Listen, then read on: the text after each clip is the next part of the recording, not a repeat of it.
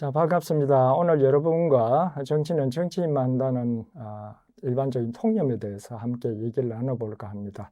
오늘 여러분과 함께 얘기를 나눌 저는 정치외 교학과 명예교수로 있고요. 지난해에 이제 퇴임을 했습니다. 그래서 작년부터 정치와 이민에 대해서 이렇게 강의도 하고 연구를 하고 있습니다. 아무튼 오늘 여러분들에게 가능하면 유익한 정보를 줄 수 있었으면 좋겠네요. 자, 말씀드렸듯이 오늘 여러분과 나눌 얘기는 정치는 과연 정치인들만 하는 것인가? 이때 정치인이라는 것은 직업 정치인을 얘기합니다. 예를 들자 뭐 국회의원 같은 사람, 이런 사람들은 직업 정치인이죠. 이런 직업 정치인들만이 우리가 알고 있는 통념적인 정치를 하는 것인가에 대해서 이제 얘기 나눌 텐데요. 대충 이제 순서는 이렇습니다. 먼저 이제 실제로 이제 정치인이 하는 일이 무엇인지, 그리고 이제 그에 반해서 일반 국민들도 혹시 정치를 한다면 어떤 것인지, 그리고 정치인과 일반 국민이 하는 정치에는 어떤 차이가 있는지, 그리고 정치는 정치인만 한다는 그런 통념, 또 그런 믿음이 이제 가져다주는 덕과 실이 있습니다. 그것에 대해서 개별적인 정치인과 일반 국민의 입장에서, 그리고 공동체 전체, 국가 전체 입장에서 덕실에 대해서 얘기를 좀 나누고요. 제도적으로는 사실 뭐 헌법에서도 이제 나눠져 있으니까 국가 정치, 즉 직업 정치인이 하는 국가 정치하고 일반인이 하는 생활 정치는 이제 제도적으로도 분리가 돼 있거든요. 그 분리가 원래는 그러지 않았던 거였으니까 그 어떻게 해서 분리가 됐는지, 그러나 실제 현실은 두 개가 밀접한 관계에 있다는 거, 어떻게 연관이 되어 있는지 도 살펴보고요. 마지막으로 사실 분리되어 있기 때문에 사실 뭐 여러 가지 정치적인 문제, 정치에서 문제가 많이 나타나고 있습니다. 그 실태를 우리나라의 사례를 들어서 정치가 실제로 어떻게 되고 있는지 살펴보고, 그리고 우리 정치가 간단하게 말하면 좀 나쁜 정치, 좋은 정치는 아니라는 얘기죠. 그 왜 나쁜 정치가 됐는지, 그리고 이제 좋은 정치를 좋게 만들려면 어떤 일을 해야 되는지에 대해서 함께 생각을 해 보겠습니다. 자, 그럼 먼저 정치인이 하는 일, 일반 국민이 하는 것, 이 둘 사이의 차이점이 무엇인지에 대해서 살펴보겠습니다. 먼저 여러분들이 알고 있는 직업 정치인죠. 국회의원과 같은 직업 정치인이 하는 정치라고 하는 것은 중심은 역시 이제 헌법에서도 명시를 해놨듯이 입법입니다. 그죠? 입법 활동을 하는 것이고, 그래서 국회에 이제 진출하기 전에 선거를 치러야 되잖아요. 그럼 선거 운동을 해야 되고, 선거 운동을 하려면 혼자서가 아니라 정당 활동을 해야 되잖아요. 이 통틀어서 이제 정치에는 주된 활동이 될 테고, 그리고 이제 일단 국회에 진출하게 되면, 국회의원이 되면 행정부를 감시하고 이제 견제하는 활동을 겸해서 하게 되죠. 이러한 직업 정치인이 하는 정치 활동을 우리 정치학에서는 국가 정치라고 얘기를 합니다. 그래서 직업 정치인들, 우리가 알고 일반적으로 이제 얘기하는 정치인들이 하는 정치는 주로 국가 정치다. 즉 국가의 중요한 정책을 결정하는 일, 이게 이제 우리가 알고 있는 정치고, 그게 이제 국가 정치라는 겁니다. 물론 정치인들도 일상생활을 하면서 다른 사람을 움직여서 자기가 원하는 일을 해야 되는 경우가 있잖아요. 그걸 이제 넓은 의미의 정치인데 그런 정치도 합니다. 즉 생활 정치도 한다는 얘기입니다. 반면에 그러면 일반 국민은 어떤 정치를 하는 것일까? 뭐 여러분 잘 알고 다시피 국가 정치와 관련해서는 이제 공직선거 투표, 선거 때 투표하는 거죠. 어제도 뭐 보궐선거가 있었잖아요. 그죠? 보궐선거에서 투표하는 거, 이런 거. 그 다음에 이제 정치적인 어떤 집회, 시위에 이제 참여하는 거, 입법청문, 이런 것도 이제 포함될 거고요. 그러나 이런 정치 활동은 국가의 정책의 결정에 이제 직접 참여하는 건 아니고요. 간접적으로 이제 영향을 미치는 활동이기 때문에 뭐 넓은 의미의 이제 뭐 정치이긴 하지만 우리가 통상적으로 알고 있는 특히 입법이라는 측면에서의 정치는 아닙니다. 그런 점에서 봤을 때 그 정치라고 하는 것, 즉 국가 정치는 직업 정치인, 국회의원을 포함한 직업 정치인들의 전유물이고 권한이다. 이렇게 얘기할 수 있고, 정치인이 하는 정치와 일반 국민이 하는 정치는 다르다고 이제 얘기를 할 수가 있죠. 하지만 정치라고 하는 것이 국회의원이 하는 정치라는 것도 결국은 보면요. 동료 이제 국회의원이나 아니면 선거 때는 일반 유권자들을 이제 움직여서 자기를 지지하게 하는 거잖아요. 그게 정치의 핵심이거든요. 이제 그 중에서도 이제 뭐 법안이고 그다음에 선거와 관련되는 거라서 국회의원들만이 하는 것처럼 이렇게 되어 있습니다만 이제 핵심을 보면 다른 사람을 움직여서 자기가 원하는 행동을 하게 하는 것을 정치라고 했을 경우에는 국회의원도 이제 그런 정치를 하는 것이죠. 넓은 의미의 그런 정치도 하고 있는 것이고. 그런 점에서 또 보면 일반 국민들도 사실은 뭐 일상생활하면서 혼자 살 수는 없는 일이라 다른 사람을 움직여서 내가 하는 일을 지지하게 하고 협력하게 만드는 일을 한단 말이죠. 그런 점에서 봤을 때 정치라고 하는 것, 넓은 의미의 정치라고 하는 것은 정치인만이 아니고 일반 국민도 할 수 있다, 하고 있다라고 이제 할 수가 있습니다. 그게 또 정치의 본질이기도 하고요. 그래서 직업 정치하는 국가 정치하고 일반 국민이 하는 생활 정치가 이제 공통적으로 이런 특성을 갖고 있는 것이죠. 다른 사람을 움직여서 자신을 지지하게 하고자 하는 것, 뭐 이게 이제 하나가 있고, 또 하나는 그렇게 하기 위해서 다른 사람을 움직여서 자신을 지지하게 만들기 위해서 다양한 방법, 수단을 사용하는데요. 그 수단과 방법이 뭐 직업 정치인이나 일반 국민들이나 큰 차이가 없다라는 거죠. 차이가 없어요. 그래서 뭐 설득을 한다든지 물질적인 보상을 한다든지 뭐 아니면 카리스마적인 이런 걸 쓴다든지 전문 지식 쓴다든지 정보를 활용한다든지 이런 것들 수단의 면에서도 직업 정치인이나 아니면 일반 국민들이 사용하는 거나 큰 차이가 없거든요. 그런 점에서 국가 정치, 생활 정치는 그런 점에서 공통적이란 말이죠. 다만 국가 정치, 직업 정치인들은 물리적인 강제력, 물리적인 강제력이 하면 이거 생각하시면 돼요. 검경찰 생각하시면 돼요. 검경찰, 형무소, 감옥 이런 거 생각하시면 돼요. 그런 것들은 일반 국민들은 할 수가 없죠. 그거는 국가기관을 점유하고 있는 직업 정치인들의 전유물이고 독점적으로 이제 사용할 수 있게끔 되어 있습니다. 만약에 일반 국민들이 물리적인 강제력을 쓴다. 예를 들어서 폭력이죠. 물리적인 폭력, 물리적인 폭력을 쓰는 경우도 있죠. 그 경우는 이제 법에서 허용하는 경우인데요. 예를 들자면 이런 거죠. 강도가 들어왔을 때 그쪽에서 막 칼을 쓰거나 폭력을 쓴다. 어떻게 할 겁니까? 우리 쪽에서도 이 주민의 입장에서, 국민의 입장에서도 그런 폭력에 맞서는 폭력을 쓸 수밖에 없잖아요. 즉 정당방위라는 차원에서 물리적인 강제력을 쓸 수가 있긴 하죠. 그러나 법에서 허용하는 범위 내에서만 가능합니다. 따라서 일반 국민들이 만약에 물리적인 강제력을 써서 가족 구성원들, 뭐 자녀라든지 남편의 아내를 뭐 이렇게 이제 폭력을 쓰게 될 경우는 가정 폭력이 되는 거죠. 그래서 형사처벌을 받게 돼 있습니다. 즉, 그 물리적인 강제력은 국가만이 쓸 수 있는 것이고 직업 정치인들만 이제 활용할 수 있는 것이고 일반 국민들은 허락하는 범위 내에서만 허용하는 범위 내에서만 쓴다는 거 그런 차이가 있죠. 그 다음에 이제 뭐 의사결정이 이제 이루어지면 거기서 적용되는 범위와 관련되는 것인데요.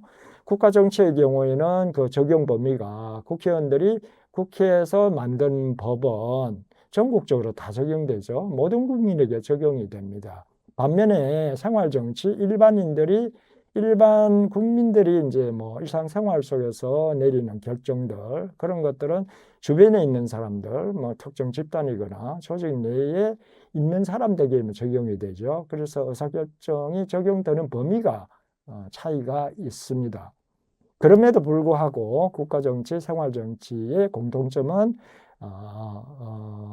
주변에 다른 사람을 움직여서 내가 하는 일을 지지하게 하거나 협력하게 하는 것 이런 점에서는 공통적이고 수단과 방법에서 상당히 유사한 점이 있다는 점에서 사실은 거의 차이가 없다라고 이제 할 수가 있습니다. 그래서 이렇게 이제 정리할 수 있겠죠. 국가 정치, 직업 정치인이 주로 하는 이제 직업 정치인의 전유물인 국가 정치와 일반 국민들이 주로 하는 생활 정치의 이제 공통점은 아까 말씀드렸듯이 다른 사람 움직여서 지지하게 하는 것, 강제력 등 여러 가지 수단을 활용할 수 있다는 점에서 공통점이 있고요. 차이점은 이제 국가 정치, 직업 정치인들은 물리적 강제력을 독점하고 거기서 결정한 것은 전국부터 전 국민에 적용이 된다는 것.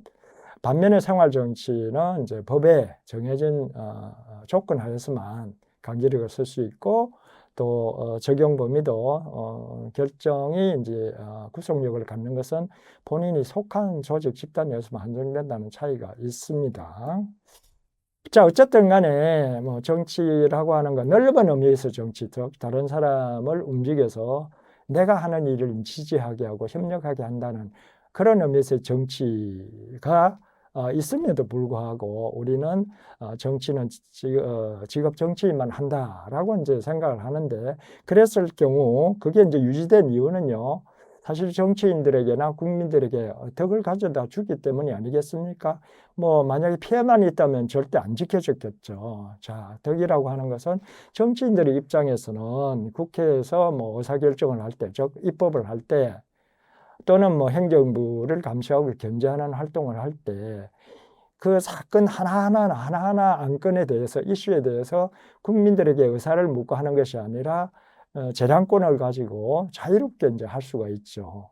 그렇게 생각해 봐요. 할 때마다 물어보고 동의할 때만 하고 이러면 사실 활동하기가 쉽지 않겠죠. 정말 어렵다고요. 그런 점에서 이렇게 분리되어 있는 게 직업 정치인들에게는 상당히 편하거든요. 뭐 국민도 마찬가지예요. 사실 국가 정치라고 그러면 전 국민에게 적용되고 전 국토에 이제 적용이 되는 거잖아요. 문제가 얼마나 복잡하고 많고 그렇습니까? 그런 거에 이제 매일 그거에 이제 매달리다 보면 일상생활이 다 날아가 버리죠. 가정생활, 직장생활, 여가생활 도저히 할 수가 없을 겁니다. 근데 그거는 이제 직업 정치인에 딱 맡겨두고 국가 정치의 일은 직업 정치인들에게 딱 맡겨놓고 뭐 국민들은 자기 일상생활만 할 수 있다면 얼마나 편하고 좋습니까? 머리도 덜 아프고 여가 시간도 많고 얼마나 좋겠습니까? 그래서 정치는 직업 정치만 한다라고 해서 분리를 해놓으면 서로가 좋은 거예요. 그래서 이제 유지가 되어 왔던 것입니다. 근데 문제는 이제 공동체 입장에서 본다면요. 국가 전체, 사회 전체, 공동체 입장에서 보면 손실이 매우 큽니다. 요즘 와서는 더욱더 이제 그런 느낌이 드는데요. 정치인들이 사실 국민에게 물론 이제 선거 때 일정한 기간 4년이면 4년, 5년마다 이제 선거를 통해서 이렇게 국민이 책임을 물을 수가 있지만 그 기간 동안에 4년 선거가 있기 전까지는 거의 자유롭게 하잖아요. 그러니까 사실 무책임하게 막 하는 경우가 꽤 많아요. 선거 때 되면 이제 적당하게 이렇게 포장을 하거나 해서 자기 한 걸 정당화하든지 모르게 한다든지 해서 넘어간단 말이에요. 그래서 정치인들이 점차적으로 무책임해질 수가 있다라는 거, 그러다 보니까 권력을 오남용하고 부패까지 이제 초래될 수가 있죠. 그런 점에서 보면 공동체로서는 큰 손실인 것이죠. 자, 일반 국민의 입장에서도 국가 정치에 무관심하잖아요. 무책임하죠. 정치 잘못된 건 정치인들 잘못이지 우리하고 무슨 관계 있어. 우리는 할 일이 없어. 선거 때 투표만 잘하면 되는 거지. 이 얘기만 한단 말이에요. 그렇지만 일상생활에서도 또 선거 때 이외에 국민들이 해야 될 일이 참 많아요. 그런 부분들에서 난 책임 없다라고 그런 자세를 취할 수도 있고, 또 그렇게 국가 정치에 참여하고 싶은 사람도 국가 정치와 생활 정치가 분리되어 있다, 그게 정상적이다라고 하게 되면 참여를 함부로 못 하잖아요. 하고 싶은 사람들은 국가 정치로부터 소외가 되는 거예요. 그래서 공동체 전체로 봤을 때는 이런 것들은 큰 손실을 가져올 수가 있죠. 실제로 보면요, 국가 정치와 생활 정치가 상당히 연관이 있는데 그럼에도 불구하고 분리된 데는 이유가 있습니다. 역사적인, 그다음에 이제 제도적인 어떤 기원이 있는데, 그걸 보면요, 이제 서구의 경우에 보면 제일 대표적인 고대 아테네잖아요. 거기서는 도시국가에서 그 시민들이, 모든 시민들이 공동체와 관련된 의사결정에 다 참여했거든요. 직접 민주주의로 했단 말입니다. 그럴 경우에는 국민들이 국가 정치에 직접 참여하는 거예요. 그러니까 일상적으로 했던 문제를 그대로 일반 국민들이 국가 정치에 가져가서 거기서 이제 뭐 구성원들과 토론하고 심의하고 해서 결정을 했단 말이에요. 그러니까 국가 정치와 생활 정치가 분리된 게 아니에요. 같이 이제 있었던 거죠. 그랬던 것이 왕정 체제가 이제 수립되면서 왕이나 귀족들이 공동체 전체에 관련되는 국가 정치와 관련되는 그런 권한들을 다 가져가 버린 거죠. 그랬다가 다시 이제 민주화되면서 일반 시민들에게 권력이 돌아왔잖아요. 주권제민 이런 사상을 근간으로 해서 그죠. 돌아왔지만 그럼에도 불구하고 이전과는 달라진 것은 직접 참여하는 것이 아니라 국민의 대표, 인민의 대표를 통해서 입법 활동에 참여하고 그러면 일반 국민들은 뭐하냐 선거 때 투표하거나 아니면 정의한다면 의정 감소 활동을 통해서 통제하는 방식으로 이제 참여가 이루어지는 거죠. 즉 국가 정치의 중요한 의사결정 부분들 직접 참여는 이제 일반 국민들이 하지 않는 것으로 이렇게 이제 역할 분담이 이루어진 겁니다. 우리나라의 경우에도 보시면 헌법에서 이제 딱 명시를 해놨죠. 예를 들어 헌법 40조에 보면 입법 활동, 입법은 기본적으로 누구의 권한요? 예, 그 국회의원의 고유 권한으로 되어 있습니다. 누구도 간섭할 수 없죠. 대통령도 간섭할 수 없고 일반 국민은 당연히 또 간섭할 수가 없는 고유 권한 독점물로 되어 있죠. 그 다음에 이제 그 이후에 이제 행정부 견제 활동도 합법적으로 제도적으로 하는 견제 활동은 국회에 주어져 있다. 국회의원에게 주어져 있다. 직업 정치인에게 주어져 있다. 이런 얘기죠. 그래서 일상정치와 국가정치는 헌법적으로도 법적으로도 이렇게 이제 분리가 된 거죠. 또 뭐 그럴 수밖에 없는 이유가 있어요. 인구가 많아지지. 그 다음에 영토도 커지지. 그 다음에 지리적인 뭐 예를 들어서 뭐 섬으로 엄청나게 많이 필리핀이나 인도네시아처럼 섬으로 이루어져 있다. 그럼 이동하기 참 힘들잖아요. 투표하면 오는데도 시간이 걸리고 하니까. 그리고 하는데 일상적으로 맨날 만나야 되면 올 수 있겠습니까? 그죠? 그 다음에 사회 문제, 이제 풀어야 되는 문제가 점차적으로 복잡해지죠. 사회가 복잡해지니까 풀어야 되는 문제도 되게 복잡해지죠. 전문성을 요하게 되는 거죠. 따라서 일반 국민들이 그런 것까지 공부하면서 의사결정을 하기에는 너무 힘들어지는 거죠. 그러다 보니까 현대민주주의라는 게 어쩔 수 없이 대의제가 될 수밖에 없는 거죠. 그러다 보니까 국가정치하고 생활정치가 또 분리될 수밖에 없는 거고요. 그래서 이제 분리가 된 것인데 현실은 그렇거든요. 사실 국가정치와 생활정치는 밀접하게 연관이 되어 있습니다. 첫 번째, 직업정치인, 즉 국가정치를 하는 정치인들이 하늘에서 갑자기 뚝 떨어진 거 아니에요. 그리고 여기서 수입한 사람도 아니에요. 일반 국민들 중에서 정치의 뜻을 갖고 이제 의지를 갖고 있는 사람들이 일정한 조건을 갖추면 정치인이 되는 겁니다. 뭐 대표적인 게 이제 정치 자금을 동원할 수 있다든지 인맥이 충분하다든지 이런 사람들은 선거 나가면 당선이 될 수가 있으니까 정치를 하는 거예요. 근데 이 사람들도 누굽니까? 일상생활에서 생활 정치를 했던 사람입니다. 가족에서, 가정에서, 학교에서, 직장에서, 그죠? 그 다음에 종교단체에서 다른 사람을 움직여서 자기가 하려고 하는 거를 지지하게 하든 이런 걸 했던 사람이에요. 그래서 그런 사람들이 일상생활을 했던 그런 방식들을 그럼 국민의 대표가 되면 안 하겠습니까? 이런 말이 있잖아요. 사살버릇 8가지 간다. 그 다음에 재벌을 못 준다. 이런 말이 있잖아요. 그게 그냥 나왔겠습니까? 이 인류의 오랜 역사 경험에서 나온 격언처럼 돼 있는 거잖아요. 맞단 말이에요. 그래서 생활 정치 하던 사람이 그 했던 방식대로 국가 정치를 할 거란 말이죠. 그런 점에서 이제 생활 정치와 국가 정치가 연관이 되어 있는 것이 두 번째.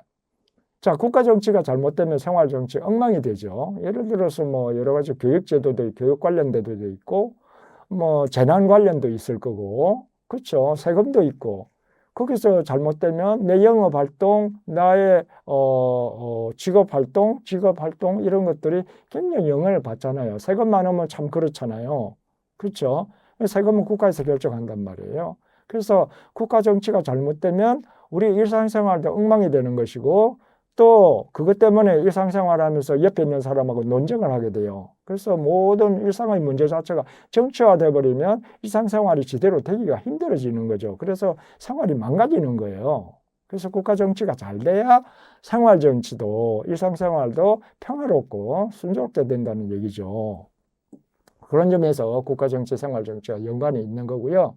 그 다음에 세 번째는 이거는 뭐 최근에 와서 이제 사회심리학, 정치심리학 하는 사람들이 쭉 조사를 했더니 이렇다는 겁니다. 사람들 성향을 봤더니 착한 사람들이 있잖아요. 보통 사람들. 그러니까 대충 뭐 법 잘 지키고 특별한 경우 뭐 상황이 그래서 어쩔 수 없이 어기는 경우 빼놓고는 대체로 법대로 하고 남의 뭐 이익을 해치지 않고 이러면서 살아가는 사람들이에요. 이런 사람들도 높은 자리에 올라가면요. 그게 이제 국가 권력이 되든 회사에서 높은 자리에 올라가든 조직에서 높은 자리에 올라가게 되면 그 윗자리가 주는 권한이 있잖아요. 권한 때문에 사람에게 이제 지시하거나 아니면 물질적인 혜택이 주어진단 말이에요. 출장비도 그럴 거고 뭐 월급도 그럴 거고. 그래서 높은 자리에 올라가면 굉장히 기분이 좋아요. 뭐 여러분들도 아마 경험하실 뭐 학생인 경우는 드물겠지만 학생들도 뭐 예를 들어서 뭐 조직 활동을 해본 사람 많을걸요. 그죠? 알 테니까. 그래서 높은 자리에 올라가면 쾌감을 준단 말이에요. 기분이 되게 좋단 말이에요. 따라서 그 자리를 계속 지키고 싶어요. 그래서 지키려고 하다 보니까 권력을 지키기 위해서 무리한 행동을 하게 되고 오남용을 하게 되는 거죠. 그러다 보니까 다른 사람, 자기보다 낮은 사람, 그다음에 힘없는 사람, 고통 이런 데 어려움에 대해서는 둔감해지는 거고 자신의 잘못은 자꾸 정당화하려고 그러고 이렇게 되는 거예요. 그래서 여러분 한번 지켜보십시오. 옆에서 보통적 생활할 때 잘하던 사람도 국회의원 뺏지도 순간 사람이 확 달라져요. 그죠? 그래서 그런 얘기가 있잖아요. 맨도칼이라도 하나 지어봐야 그 사람이 권력 잡으면 어떻게 할지 안다고 그러는 얘기가 바로 그런 거거든요. 권력이 주는 쾌감이 너무 크기 때문에 착한 사람도 나빠진다는 얘기입니다. 그 얘기는 권력을 잘 감시해야 된다는 얘기겠죠. 견제를 잘 해야 된다는 얘기거든요. 그래서 생활정치, 국가정치는 밀접한 관계가 있다는 얘기입니다. 자, 한번 볼까요? 자, 그래서 과연 그런가? 국가정치가 잘못된 게 생활정치하고 연관이 있어서 그런 건가를 이제 우리나라 사례를 통해서 한번 보겠습니다. 자, 우리나라 정치였습니까? 여러분도 잘 아시다시피 언론이나 여론조사 이런 걸 통해서 보면 정치에 대한 신뢰도가 가장 밑바닥인 거 아실 겁니다. 국회의원 또는 국회에 대한 신뢰도 가장 낮죠. 즉, 정치에 대한 신뢰가 가장 낮은 것은 바로 정치가 나쁘기 때문입니다. 그럼 어떻게 나쁘냐? 자, 보십시오. 국회의원들, 뭐 옆에서 본 사람들도 이렇게 얘기합니다. 언론에 실렸을 뿐만은 아니에요. 내 잘못을, 상대방의 잘못은 약점을 찾아내갖고 없는 거 만들어내서까지 공격함으로써 자기는 슬쩍 넘어가려고 합니다. 정치인들 모습 그렇잖아요. 요즘 정치 보십시오. 자, 그 다음에 그 국회에서 안건이 올라왔을 때 진지하게 심의하고 토론하기보다는 막말하고 고성하고 몸싸움하고 기물 파손해갖고 상대방을 억압하려고 그럽니다. 그 다음에 세 번째, 국회 내 정당이나 정치인 간의 갈등을 스스로 자기네들끼리 대화하고 타협해서 해결하는 것이 아니라, 그죠? 어디로 가져갑니까? 헌법재판소 가져가요. 때로는 법원도 가져가고요. 그게 말이 됩니까? 국민이 대표로 뽑아놔갖고 뭐 행정부나 법원까지도 감시하라는 사람을 보내놨더니 자기네 갈등 해결 못해가지고 남한테 맡긴다. 말이 됩니까? 그러니 나쁜 정치라고 할 수밖에 없죠. 마지막으로 어려운 문제는 안 하려고 그래요. 특히 이해관계가 첨예하게 대립되거나 해결하기 어렵다. 이런 문제 아예 공부도 안 해요. 외면하려고 그러죠. 그러니 이런 우리나라 정치를 좋은 정치라고 할 수 있겠습니까? 그럼 왜 이런 나쁜 정치가 나타났냐? 크게 이제 세 가지 볼 수 있습니다. 첫 번째는 나쁜 사람이 있죠. 즉 반사회적 성향이 강한 사람들이 있어요. 대충 이제 요즘 나온 조사들을 보면 반사적인 성향이 강한 사람이 대충 아주 강한 사람과 상대적으로 강한 사람 합치면 11에서 대충 22% 정도, 약 뭐 10분의 1에서 5분의 1 정도가 된대요. 나머지 사람들은 아예 착하거나 그게 반반씩이에요. 그래서 분위기에 따라서 이제 나쁘게 되기도 하는 사람인데 원래부터 그 강한 사람들, 이 사람들은 좀처럼 착하게 못하잖아요. 이런 사람들 기본인적으로 있습니다. 근데 더구나 이런 사람들이 선거 경쟁이나 사회에서 뭐 직장이나 직업 경제 활동에서 경쟁해서 승리할 수 있는 여건이 돼 있어요. 뭐 성자 독식의 무한 경쟁이죠. 그래서 패배하면은 어떻게 됩니까? 먹고 살기조차도 힘들어지는 거죠. 그럼 죽기 살기로 싸워야 되겠죠. 게다가 규칙도 지키지 않는 사람이 이기기만 하면 다른 사람들이 부러워해요. 그리고 지는 사람은 아주 무시한단 말이에요. 이런 사회에서 과연 공정한 경쟁이 이루어질까요? 법과 도덕이 지켜지는 그런 경쟁이 이루어지겠습니까? 그러다 보니까 반사적인 성향 가난한 사람들이 자꾸 경쟁에서 승리하게 돼요.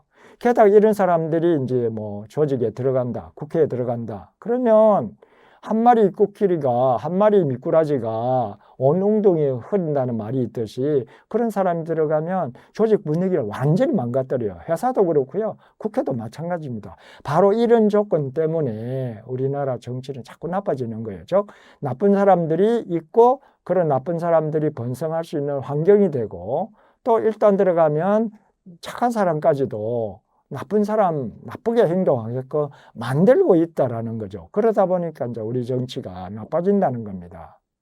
그래서 이제 나쁜 사람은 이런 사람들이에요. 법, 윤리, 뭐, 필요에 따라서 지키기는 하지만 자기한테 불리하다 그러면 절대 안 지키죠. 그 다음에 법으로 뭐 정해놓지 않으면 더욱더 당연하게 나쁜 짓 합니다. 남에게 해치는 거죠. 예를 들자면 뭐 얼마 전에 추석 때 몰표 사는 거죠. 해놓고 이틀 전인가 환불을 해버려요. 그래갖고 뭐 카드사에서 주는 무슨 혜택을 싹 가져가는 거예요. 그래서 정작 고향으로 가야 될 사람 표를 못 구해서 못 가라는 그런 경우가 생겨요. 법에서는 정하지 않았지만 자기한테 덕이 되니까 당연하게 나쁜 짓 하는 사람들, 이런 사람들이 반사회적인 성향이 강한 사람이죠. 그 다음 나쁜 다른 사람의 고통이나 어려움에 대해서 공감하지 않아요.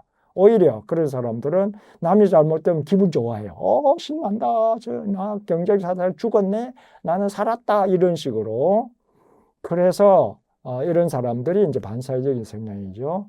상대방이 잘못 있으면 적극적으로 활용합니다. 없는 건 만들어내서까지 하죠. 그러다 보니 이런 사람들은 나쁜 정치를 지향하는 거죠. 좋은 사람들 그 반대로 하는 거예요. 이런 사람들이 말이죠. 우리 봤잖아요. 실제로 우리 사회에서도 보면 아까 이제 이론적으로 서구 사례를 보면 대충 11에서 22% 정도 된다고 그랬는데 우리나라 실제 사례로 보더라도 나쁜 사람 비중이요. 전체 인구 중 범죄자 비율을 봤더니 22년 경우에 한정해서 봤을 때 전체 인구의 3%가 범죄자더라고요. 범죄 경력이 있어요. 물론 이 속에는 이제 교통법 어긴 이런 사람도 포함이 되긴 해요. 그렇지만 그렇지 않은 뭐 예를 들어서 살인, 뭐 강도 이런 것도 꽤 많아요. 뭐 거의 1% 넘어 되거든요. 게다가 사기 뭐 이런 것까지 포함해서 3%가 되는 거예요. 보통 사람들입니다. 문제는 사회적 지위가 높은 사람들 중에 반사회적인 성향이 나쁜 사람 비율이 되게 많더라고요. 12에서 20% 정도 된답니다. 그런 사람들이 경쟁에서 유리하다는 얘기가 되지 않겠습니까? 그래서 경영인 중에는 12에서 20%가 반사회적인 성향이 강한 사람이라고 그러고 그 다음에 경영인 다음으로 변호사나 앵커 등 저널리스트, 경찰 뭐 이런 사람 순으로 반사회적인 성향이 일반인들보다 더 많더라는 거죠. 그 얘기는 무슨 얘기입니까? 우리 사회에서 경쟁에서 이기는 사람들 중에 반사회적인 성향이 강한 사람이 많다는 얘기입니다. 참 그렇잖아요. 참 이게 이제 감옥에 들어간 사람 중에 4분의 1 정도가 반사회적인 강한 거라는데 그거랑 얼마나 대비가 됩니까? 그죠? 자, 그래서 우리 사회가 이제 나쁜 정치가 되는 게 결국 이제 세 가지 조건이잖아요. 나쁜 사람이 있다. 그런 사람이 성공할 수 있는 환경이다. 그리고 그런 사람이 들어오면 착한 사람도 타락시킨다. 뭐 이런 거잖아요. 그래서 그러면 이제 우리 일반 국민들, 일반인들은 좋은 정치를 위해서는 뭘 해야 될 것이냐. 우리가 말씀드렸듯이 생활 정치와 국가 정치는 밀접하게 관련이 있다는 걸 이제 확인을 했잖아요. 따라서 우리가 해야 될 일은 다음과 같은 네 가지 이렇게 정리할 수 있겠습니다. 첫 번째, 정치가 잘못되면 정치인 탓하면 안 돼요. 정치인만 탓하고 나는 할 일 없어. 정치만 그다음 선거 때 잘라내면 되지. 이렇게 해서는요 절대 안 바뀐다는 거죠. 왜냐하면 두 번째 봤겠지만 일상생활 하면서 나쁜 짓 한 사람이 정치를 하게 되면 정치가 당연히 나쁠 수밖에 없거든요. 따라서 우리는 일상생활 하면서 공동선, 도덕 지키면서 정말 남을 배려하면서 생활을 해야 되는 거죠. 그리고 그런 일상에서 모범을 보이는 사람, 지대로 하는 사람, 내 이해관계 그만 따질 게 아니고 그 사람들이 얼마나 바른 방법으로 정치를 하는지, 다른 사람을 움직이는지를 보고 그런 사람을 국민의 대표로 선출해야 된다는 거죠. 자, 세 번째. 자, 착한 사람도 일단 이제 국가 권력을 갖게 되면 나쁘게 된다고 그랬잖아요. 타락한다고 그랬잖아요. 권력이 주는 맛이 크기 때문에 따라서 정치에 대한 감시, 견제 잘해야 됩니다. 일반 국민들 일상생활에 쫓기기 때문에 잘 못하잖아요. 따라서 언론과 시민단체, 시민운동이 굉장히 중요한 역할을 하게 되겠죠. 그래서 언론이나 시민단체가 지대로 될 수 있도록 우리 국민들은 좀 더 언론과 시민에 대해서도 좀 관심을 갖고 뭐 평가도 하고 하는 것이 좀 필요할 것 같습니다. 마지막으로 이 지나친 경제, 과도한 경제, 무한 경제 이 시스템도 문제가 되거든요. 그래서 무한 경쟁을 하다 보면 경쟁했으면 자기가 죽는다, 생계도 유지 안 된다, 그럼 어떡할 겁니까? 죽기 살기로 경쟁할 수밖에 없잖아요. 그러니까 그런 시스템을 또 불공정하게 경쟁하는 그런 게 있다면 그런 제도는 바꿔야 되는 겁니다. 예를 들어서 단순 다수제, 우리 국회의원 선거 방식, 대통령 선출 방식은 투표율하고 관계없이 한 표라도 많이 얻는 사람이 당선된단 말이에요. 게다가 불법 행위가 제대로 감시가 안 된다. 그럼 뭐 수단과 방법을 가지지 않고 선거에서 일단 이기려고 할 거 아닙니까? 그럼 그런 제도를 이제 바꿔야 되는 거죠. 그리고 이제 그런 제도를 또 이제 지탱해 준 우리 사고방식이 있습니다. 모든 것은 경쟁을 통해서 해야 된다. 그 다음에 능력, 뭐 현재 보이는 그 능력 있는 사람은 모든 걸 다 가져야 된다. 뭐 성자 독식이죠. 그런 시스템은 바꿔야 된다는 거죠. 예를 들어서 이제 패자들에게도 기획에서 는 패자 부활전이라든지 또 생활은 최소한 경쟁에서는 패배했지만 생활은 되게끔 해주는 사회보장제도나 이런 것들이 이제 구비가 돼야만이 정말 생활 정치도 그렇고 국가 정치도 바른 방향으로 가게 될 것이다. 이런 얘기입니다.